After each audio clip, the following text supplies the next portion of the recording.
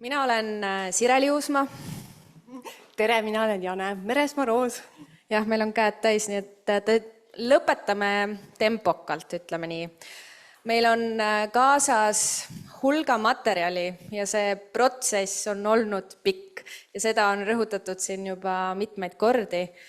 Ja me natukene üritame siin 10 minuti jooksul hüppata läbi etappidest või nendest hetkedest, kuidas me siis nüüd oleme lähemale liikunud sellele metoodikale, mida me siis siin erinevates näituse ruumides kasutanud oleme.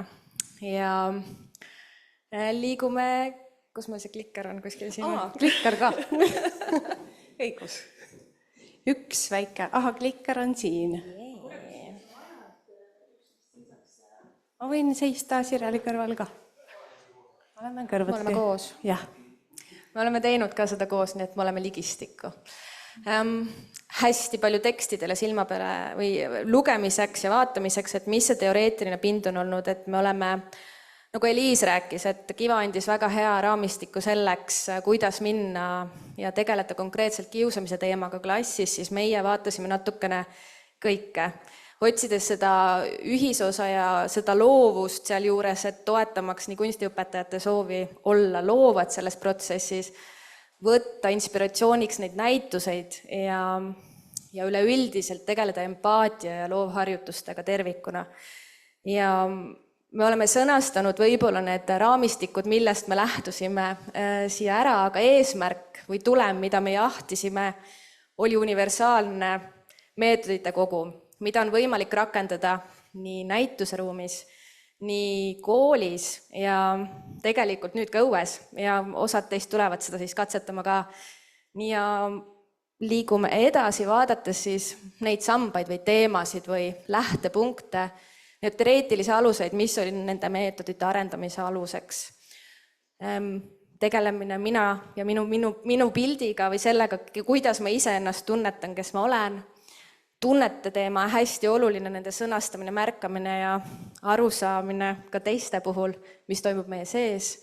Suhted hästi oluline teema, mida me uurisime väga erinevalt. Empaatia, erinevuste aktsepteerimine ja mina ja maailm. Ehk siis kõik see, mis meie ümber toimub, mida kunstinäitused võimaldasid väga palju uurida väga erinevate kihtide juures. Nii, kas ta liigub mul edasi? Nii, jah, õiges kohas.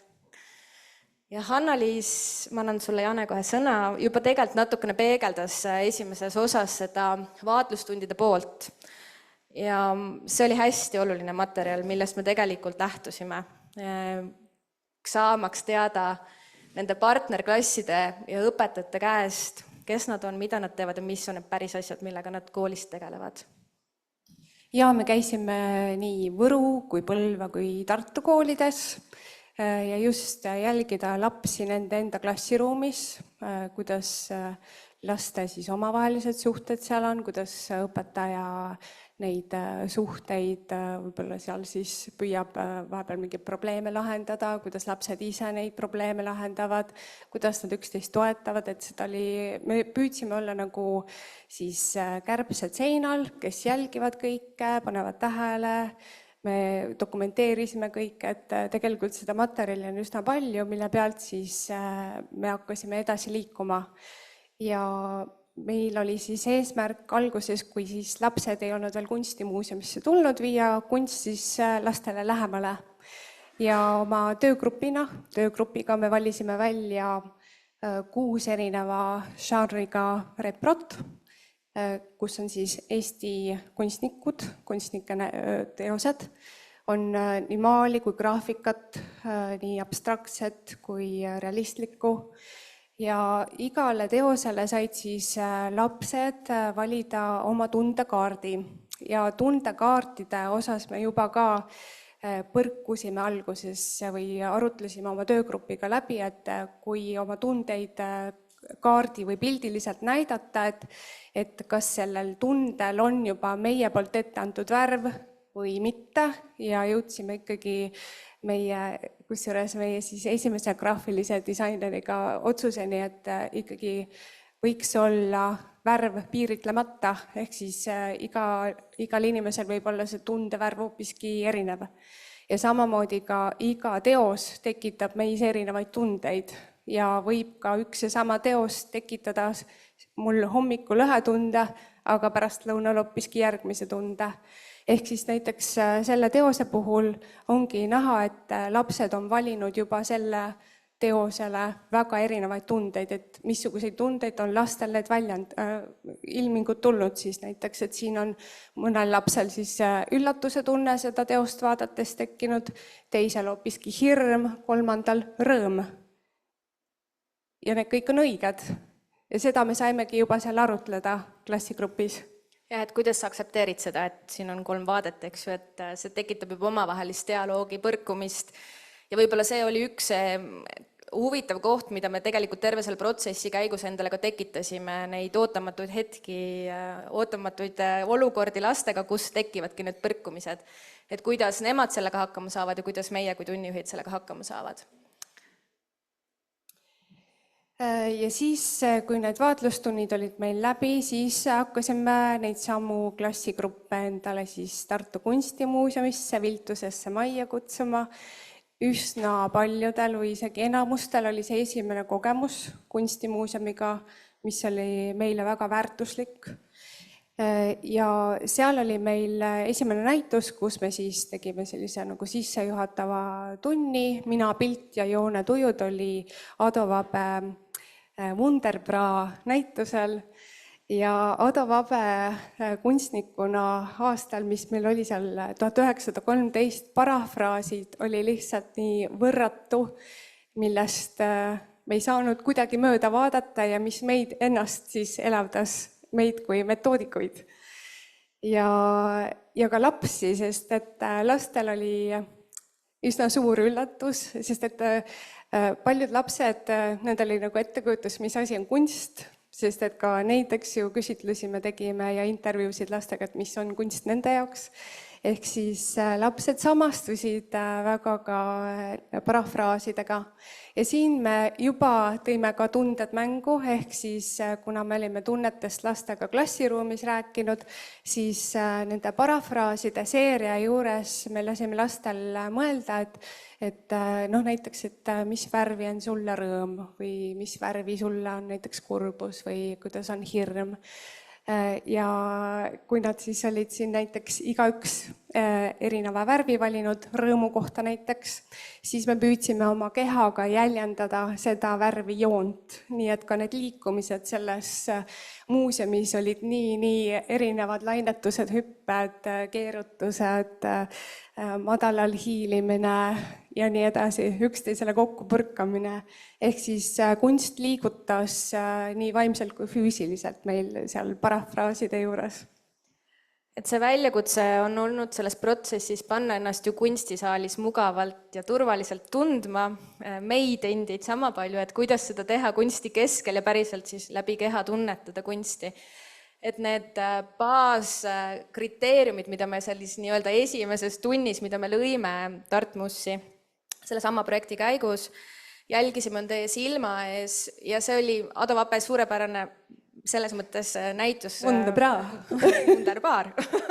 et lihtsalt nii erineva käekirjaga ja kunsti piire nihutav ja andis ka lastele väga laia pildi koha alguses, mida kõik kunst endast kujutada võib. Liigume edasi, mis meil veel on aega. Ma võtan kätte, sa räägid. Ja siis sellelt näituselt me saime siis lastelt väga head tagasisidet, millele siis edasi nihkuda ja nüüd me tahtsime minna universaalsemaks.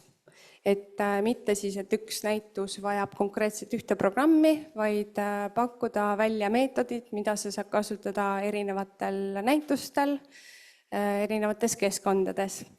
Ja kuna klassikaliselt siis kunstniku üks töövahend on ballett, värviballett, kus värve segada, siis meie hakkasime seal värviballetil siis tundeid ja ülesandeid ja ka meetodeid segama, ehk siis lastes said nüüd oma näituse teejuhid.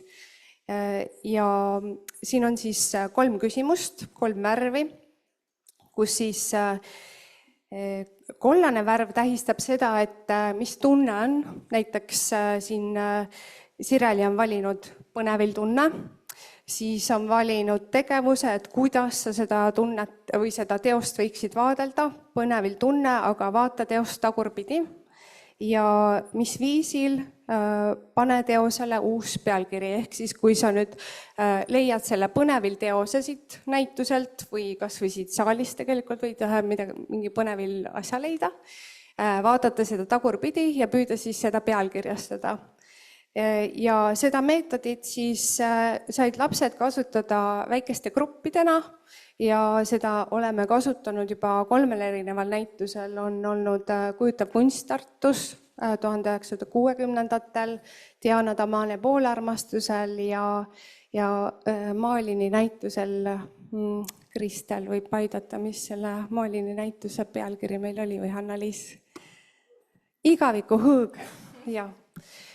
Lihtsalt markeeritakse ära, et nende vahendite, nende õppevahendite, nende universaalsete vahendite loome üks protsess on prototüüpimine olnud, et see on olnud üks pikemaajalisem, nagu te siin näete pildil täiesti mitu erinevat lahendust väljatöötamise, ütleme etapid, mida me läbi käisime selleks, et jõuda selle tulemuseni, mis ta on, ja ta tegelikult ikka veel prototüüp mingil kujul, et sellega edasi minna. Et nende vahendite tulem on meetodite pagas, aga vahend ise on veel arengus. Ja see ballett annab tegelikult võimaluse meeletult neid siis ülesandeid segada, et me ei ole kokku arvutanud mitu ülesannet, siin on võimalik luua sellel tunnete balletil. Ja nüüd, kus me oleme nüüd? Nüüd oleme jõudnud veel siis, ehk siis nüüd kunstinäituselt me oleme jõudnud välikeskkonda. Sest ei ole ju võimalik alati kohale tulla ja see oli üks argumente, mida õpetajad tagasisidestasid alati, et miks me ei ole käinud, põhjuseid on mitmeid, üks on raha, teine on transport ja nii edasi ja need on kokku üks tihtipeale.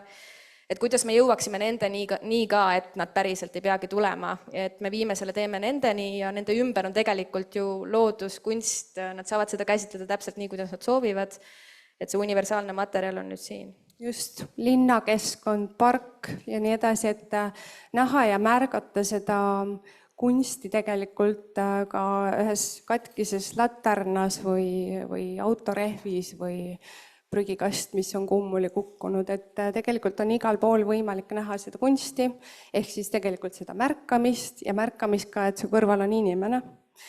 Ehk siis me teeme seda kõike koos ja see on selline koostööpunkt ja kuna me õpetajatega koos seda oleme katsetanud nüüd, siis õpetajate poolne tagasiside on, et aga miks te seda täiskasvanutele ei tee, et ka nemad vajavad seda. Ehk siis me püüdsime nüüd luua selle materjali, mis on ka täiskasvanutele, et see on nüüd kõigile, et me oleme püüdnud nüüd väga universaalseks muutuda. Ja seda praktilist poolt siis need, kes on pannud ennast meie töötuppa kirja, saavad siin kohe hakata kogema. Aga mis me veel kindlasti tahtsime öelda, on see, et Hanna-Liis, see näitus, mis sa oled siin kureerinud, me kõik need imelised kunstnikud siin kokku toonud, kellel on nii interaktiivsed teosed, siis need ei vaja meie universaalseid meetodeid. Need juba on, nii et neid, mis meie oleme loonud, saab kasutada kunstimuuseumi, ütleme siis klassikalisematel näitustel ja siis välikeskkonnas, nii et sa oled teinud ikka super töö. Aitäh! Aitäh teile!